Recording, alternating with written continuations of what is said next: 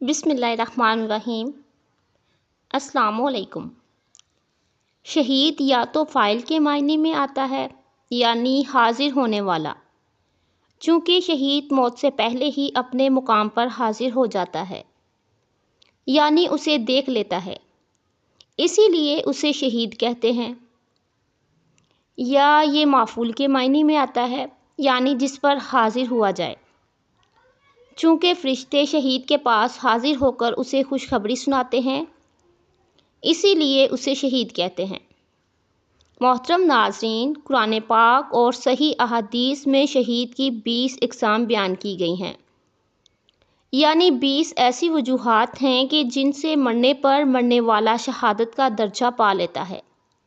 Number 1، جو بندہ دین حق کی خاطر قتل ہو جاتا ہے اس کو شہید کا درجہ دیا جاتا ہے۔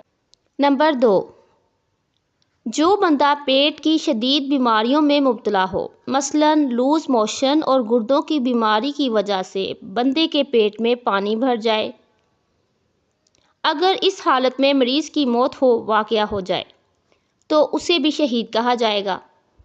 نمبر 3، جس بندے کی موت پانی میں ڈوبنے کی وجہ سے واقعہ ہو وہ شہید کہلائے گا۔ نمبر 4، اگر کوئی بندہ کسی دیوار یا چھت کے نیچے آ کر مر جائے اسے بھی شہید کا درجہ دیا جاتا ہے۔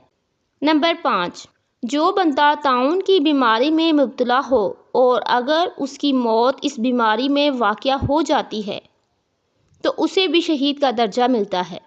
جو بندہ نمونیا کا مریض ہو اور اس بیماری کی وجہ سے اس کی موت واقعہ ہو جائے وہ شہید کہلائے گا۔ نمبر 6، اگر کسی بندے کی موت جلنے کی وجہ سے ہو جائے تو اسے شہید کہا جائے گا۔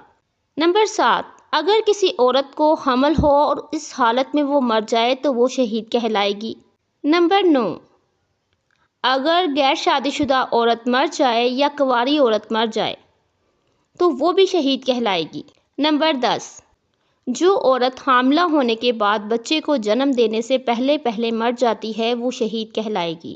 نمبر 11، جو عورت بچے کو جنم دینے کے بعد حالت نفاس میں اس کی موت واقعہ ہو جائے اسے بھی شہید کا درجہ دیا جاتا ہے۔ نمبر 12، اگر کوئی شخص ٹی بی کے مرض سے فوت ہو جائے تو اسے بھی شہید کہا جائے گا۔ نمبر 13، اگر کوئی بندہ کسی سفر پر جاتا ہے اور دوران سفر اس کی موت ہو جائے تو اسے شہید کا درجہ ملے گا۔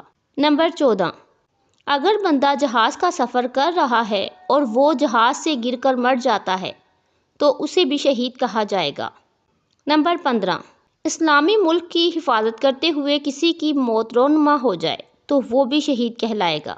نمبر 16، اگر کسی کی موت گھڑے میں گرنے کی وجہ سے ہو جائے تو وہ بھی شہید کہلائے گا۔ نمبر 17، اگر کسی بندے کو کوئی موذی جانور یا درندہ یا کوئی پرندہ کھا جائے تو اسے بھی شہید کہا جائے گا۔ نمبر 18، اپنے مال اور اہل و عیال، اپنے والدین، اپنے دین اور راہ حق کی خاطر قتل ہونے والا شہید کہلائے گا۔ نمبر 19، کسی بے گناہ مسلمان کو حاکم وقت ظلم و تشدد کے طور پر قید خانے میں قید کر دیا جائے اور اس حالت میں اس کی موت واقعہ ہو جائے وہ بھی شہید کہلائے گا۔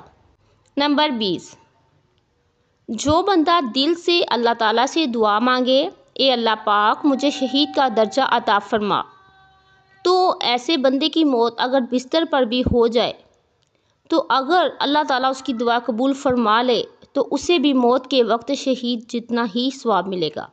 اللہ پاک ہم سب کا حامی و ناصر ہو۔ اللہ پاک ہمیں دین، دنیا اور آخرت میں بھلائی عطا فرمائے اور ہمارا خاتمہ ایمان پر فرمائے۔ جزاک اللہ۔